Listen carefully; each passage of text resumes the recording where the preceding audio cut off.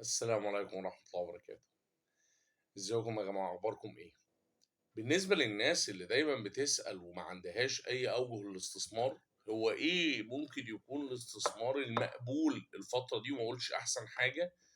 عايز اقول لكم ان البنك العربي الافريقي الدولي عامل شهادات ب 65%. 65% شهادة تراكمية، بتتاخد مرة واحدة الفوائد بتاعتها بعد 3 سنين مرة واحدة. وتراكمية يعني انت مش هتسحب دورية العائد هنا، مش سنوية، يعني مش هتسحبها كل سنة ولا كل شهر، لا، في آخر ال3 سنين هتاخد الفوائد مرة واحدة. طبعا 65% يعني معدل مقبول، هو طبعا معدل سنوي تقريبا 18.17%. ممكن حد طبعا يقول لي طب ما 65% لو قسمناهم على 3 سنين مش هيطلع 18، ده هيطلع أزيد من كده. هقول لك لأن دي فايدة تراكمية. يعني إيه؟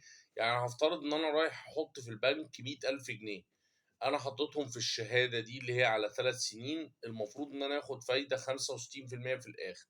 البنك بيعمل إيه في موضوع الفايدة التراكمية دي؟ وممكن نبقى نشرحها في فيديو منفصل. البنك بياخد ال100,000 جنيه يشغلهم لمدة سنة، وبعدين يحسب على العائد اللي هو بيقول عليه سنوي اللي هو 18.17%، فيطلع الفايدة بتاعتهم رقم معين. لما يدخلهم السنة الجديدة ما يدخلش ال100,000 جنيه بس، يدخل ال100,000 جنيه زائد الفوايد اللي طلعت، فيبقى المبلغ نفسه ما بقاش 100,000، بقى أكبر، فيحسب عليه 18.17%.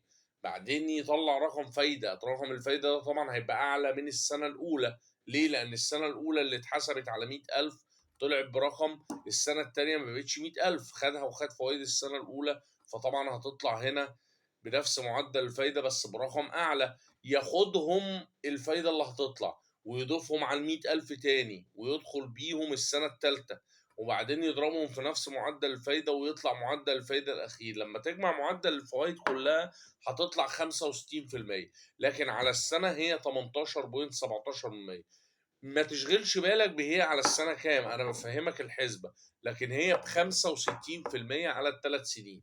يعني لو أنا حطيت في البنك 100,000 جنيه، الطبيعي إن أنا أخدهم بعد 3 سنين في الشهادة دي في البنك العربي الأفريقي الدولي ب165,000 جنيه. طب لو أنا حطيت 1,000,000 جنيه، الطبيعي إن أنا أخدهم تقريبا 1,650,000 جنيه. هي الشهادة دي حلوة واو؟ يعني هي مش واو ولا حاجة، يعني هي كويسة، معدل مقبول، تنفع مع ناس معينة ما تنفعش مع ناس تانية. تنفع مع ناس مش فارق معاها العائد اللي هيتصرف شهري، في ناس بتعيش من فوائد الشهادات دي، فالشهادة دي هنا غير ملائمة.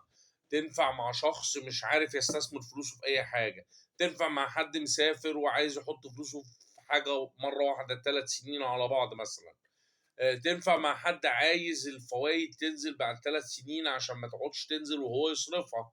بس ما تنفعش برضو مع ناس تانية، زي واحد ممكن يكون مستني فوائد الشهادة يعيش منها، فوائد الشهادة بيدرس أو بيتعلم أو بيصرف على عياله منها. أو برضو ما تنساش إن فوائد الشهادة دي ما بتتيحلكش إن أنت ممكن، يعني مثلا لو كنت عامل في نفس البنك أو في بنك تاني شهادة ب 18% على سنة، دي ممكن تكون افضل مع بعض الناس، ان في ناس بتاخد العائد ده تعيد الضخ واستثماره.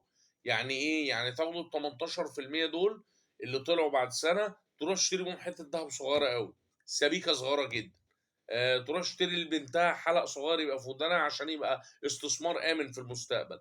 طبعا الشهاده دي مش هتتيح ده، لكن الشهاده دي كويسه جدا لحد طبعا يكون هيخزن فلوسه 3 سنين وياخد عليها 65%، يعني تقريبا تلتين قيمتها كمان بعد 3 سنين، بعد 3 سنين مش خلال ال3 سنين.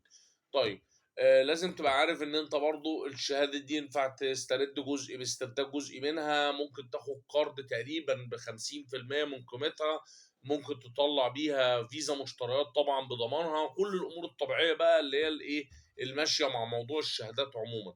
فتقدر تطلع فيزا تشتري بيها حاجاتك، تسدد بعد 55 يوم الخ يعني.